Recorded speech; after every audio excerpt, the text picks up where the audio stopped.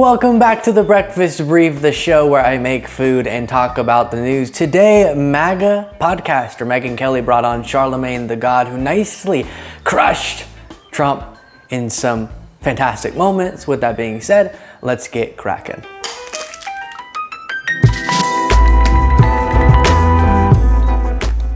Good morning, everybody. I hope you're doing absolutely fantastic. A lot to go through in this morning's Breakfast Brief. Megyn Kelly, we've talked about, she tries to do this sort of above the fray, both sidesy type stuff, but really she's pushing primarily MAGA nonsense. So I think we should classify her as such, a MAGA podcaster. Then Charlamagne Tha God, who's sort of doing, I think it's a book tour right now, he appeared and did a really nice job of making some important points, anti-Trump points on the show that Megyn Kelly disagreed with. Now we will get to, as is characteristical of all of these Charlamagne segments that we've done, at the end he is saying, but I'm not going to endorse Biden. He understands Trump's a threat to democracy, but he doesn't want to endorse actively Biden, and that obviously I'll take issue with and will likely send me into a rant. But let's start with the good moments first, this one. Why does nobody ever talk about him being unpatriotic? Like not being patriotic. And what I mean by that is, if he says he wants to suspend the Constitution to overthrow the results of an election, or his lawyers were in court and his lawyers were like, well, he never agreed to support the Constitution, or we saw him, attempt to lead an attempted coup of this country. Like, that's just unconstitutional. Like, why does nobody ever say he's not a patriot? Like, why does that discussion never come up? Because when I think about how mad,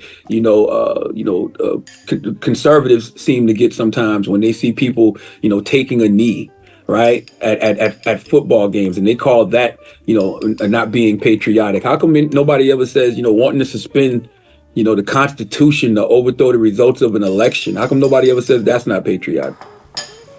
Yeah, this is something that has been a huge theme of the show lately, which is, by the way, I meant to say yesterday, if you're wondering, the reason why, this is not what I meant to do.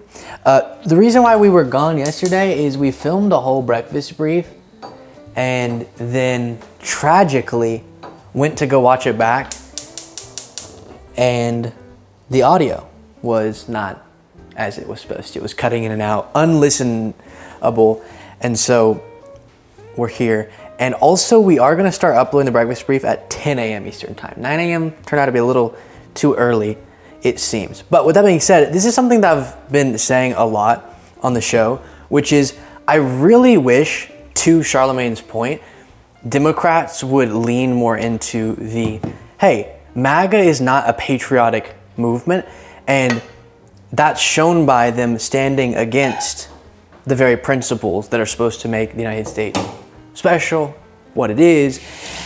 And if you don't love the characteristics that make this country what it is, like our democratic process, like our constitutional process, then no, you're not patriotic. You don't love the country.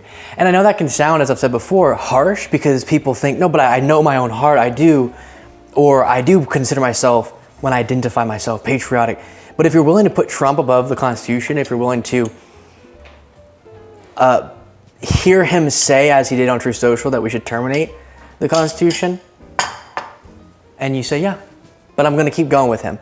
I'm going to put whatever it is that motivates my support for him over the fact that he so obviously, as so many people who used to be in his administration have said, threatens our democracy and puts himself above the Constitution. So I don't hear enough people making that point. Because one of the things I think happens is we feel like it's beneath us, or it's sort of shallow to obsess over, care a lot about branding and messaging and these succinct messages that you just pound the drum on over and over and over again. That matters in politics. That crafts people's worldview. A lot of people only tune in 10% to politics, 5%. So there's a little branding device that makes a huge difference, and making sure people know aesthetically, it's not the Republican Party that's for the country, proud of the country, patriotic, all that. It's actually, I think, in the best form, our movement, the pro-democracy movement that understands the United States' flaws, its historical wrongs, but also loves it so much that we see what's special and want to make it better. So that's huge. Good point from Charlamagne. Next clip. I don't know what specific you're referring to, but I've seen Trump Truth Social posts that speak to exactly what you are saying. I don't know about in court, but he's suggested things like that. I'm not going to defend that. Colorado case, I think. But here's the thing. So, and I don't defend Trump's behavior after January 6th at all. I don't think he behaved well in any way, shape, or form. But I just think that there are bigger issues. And I think if you're going to talk about actions that are extra constitutional, there are sins, grave sins on both sides, but especially on Biden's side. You know, the end around he did on the Supreme Court on some of the COVID stuff, on the rent abatement possibilities, on now the student loans that he's not allowed to be doing, but he's trying to find a way to do it anyway, on trying to get Trump off the ballot so that voters can't vote for him, on using the justice system for the first time in almost 250 years to go after a political opponent. All those things, they don't make me say, yay for all the stuff Trump did post January 6th. But they even the playing field for me more, where I'm like, I'm just going to vote on who I think is going to get the country in the best shape. And how she thinks that's Trump, I don't know, crazy. But to go through, obviously, since it's this format of the show right now, I don't have notes in front of me, so I'll miss some of what she went through. But she listed examples of Biden just trying to act through executive action as a false equivalency to the actions of Trump. She acknowledged, it seems sort of based on what Charlamagne was saying, that Trump has tried to put himself above the Constitution, that he tried to block the peaceful transfer of power. You're going to try to compare that to Biden having his student debt plan or debt relief plan slapped down by the Supreme Court and going, okay, we're going to try to see if we can get it to go through executive action. That's insane.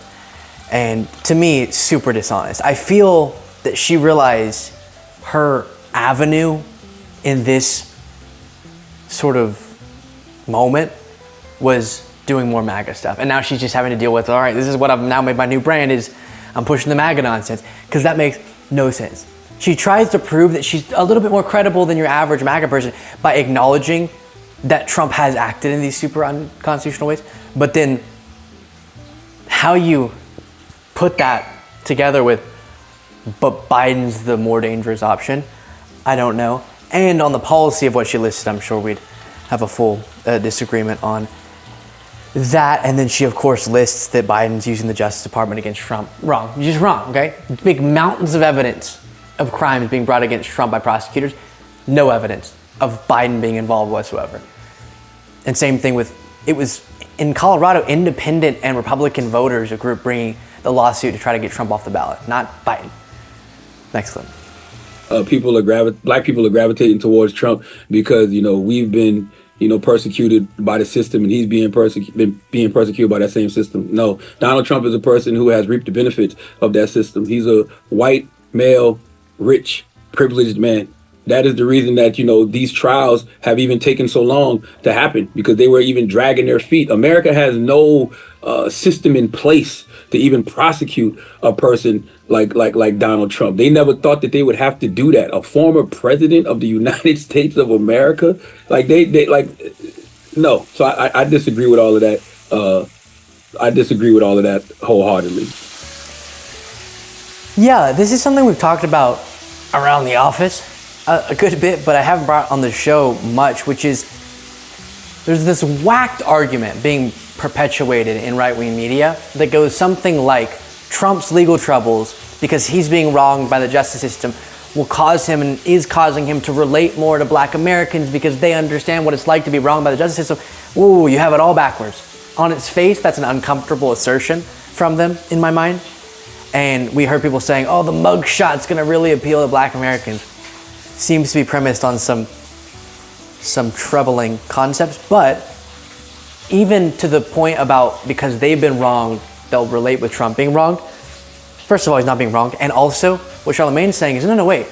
Us perceiving our wrongs is in contrast to how people like Trump for so long have been treated.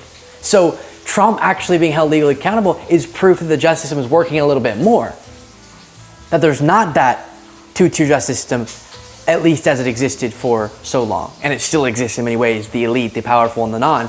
But Trump tries to frame it as the two-tier justice system of him being treated worse than Democrats, and that's just not true. And him as a powerful, influential foreign president has been treated softer in so many ways throughout this process. And so super interesting to sort of just reframe it all together. You're not appealing more, you're actually an example of the very type of person that often we didn't think could be held accountable. And that is the opposite takeaway. Next one. I feel like I'm voting to preserve, democracy, because, I've read Project 25. I don't know how you feel about it, but, Project 25, it's very terrifying to me. And, like I said, we've seen what Donald Trump has attempted to do on January 6th. And, hearing rhetoric like, I want to suspend the Constitution to overthrow the results of an election, that's scary. That's not the kind of America I want to live in.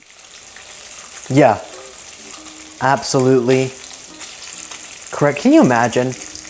Imagine spending so much of your life and career. I know I probably dedicate too much time to talking about this, but it feels just so stunning, not just for what it is, Trump calling for termination of the Constitution, but it representing people not paying attention or not caring about such an overtly disqualifying statement. And so the fact that Charlamagne focused on a lot is good, but as I'll continue to say, if you support him, whether you know it or not, you're proving, let me make it this way, the outcome of your support, the outcome of your actions is that of someone who doesn't really value the Constitution. Now, it might be because you're misinformed and really your values are not that, and you would figure that out if you looked more into this, but if you know what Trump said and done, and you support him anyways, I just don't think you care about our constitutional process, this incredible democratic republic, as much as maybe you previously purported to. Then here's the aggravating moment from this interview for me. Simply because I'm not a fan, and I don't think that an endorsement, like, for people think that me not wanting to endorse means that I'm not voting, which I think is the strangest thing ever. There was another moment in that conversation where I even said, "Hey, there's third party candidates. Whoopi told me she'll beat my behind if I bring up third party candidates." So I just think it's kind of strange where we are as a culture and as a society, where it's almost like there's either one of two extremes. And if you're a person who just, simply chooses to be objective, simply, chooses to look at, both candidates and say, hey, I think there's some right things here, there's some wrong things there's some good things here, there's some, good things over here. Like, just me being able to explore both options are all options that are out there. For some reason, it bothers people. That's not what people are bothered by. Do the objective look. Consider both options. Explore as much as you'd like. Dive deep into the pool of information. Swim around. And then why, after that process, you want to come to the conclusion that obviously you should put yourself behind throw your support behind the one pro-democracy candidate in this race who actually has a shot of winning, who also, by the way, has just a pretty impressive record on policy. That's the issue. But people love, and this is not just about Charlamagne Tha God, there are so many people in my personal life, etc., who make such a similar point.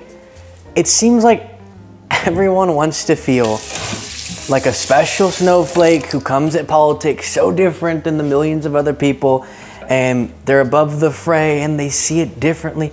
And in some times, places, and within some context, that's admirable. Being blindly partisan is absolutely wrong, meaning not really caring about the facts, just the team that you're on. But if the facts would lead a rational, pro-democracy, pro-common sense governance individual to unequivocally just saying, oh, I support Biden. Yep. Maybe that's the deal. I support him in this election. Not saying he's perfect. Not saying there aren't things that he could have done better. But obviously he's the one that people should be voting for. Then I don't get it. I truly don't. Someone like Charlamagne, I hear most people just not understand the threat that Trump poses. He seems to, because he words it really nicely as we've been watching. But if you get it, what other options are you exploring? Options that have no shot of winning? Kooky Kooksville, RFK Jr.? again, options that maybe Charlamagne likes more, but have no shot of winning. It doesn't make any sense. And whenever democracy is on the line, and also the person with the strongest record too in this race is Biden, even if you include the third party candidates, you should just be going out there and saying that. And so many people, I think, fear that makes them just another one in the crowd. But then I'm just another person saying Biden, another person saying Democrat, Republican. But also you have the obligation to not just care about how you're perceived, or you can be accused of being just another liberal, but instead what actually is the correct, based on the facts, based on your exploration, the correct outcome. Also, he said, why do we have to go for either extreme? Trump's an extreme, I agree with you. How is Biden extreme? On which policy? Doesn't seem to be the case. With that being said, do I have, by the way, just a little insight. This is sort of a cruise snack, we'll say. I take a little bite, Jane jumps in here, Cole jumps in here, so just know that. Have a wonderful day. Talk to you tomorrow.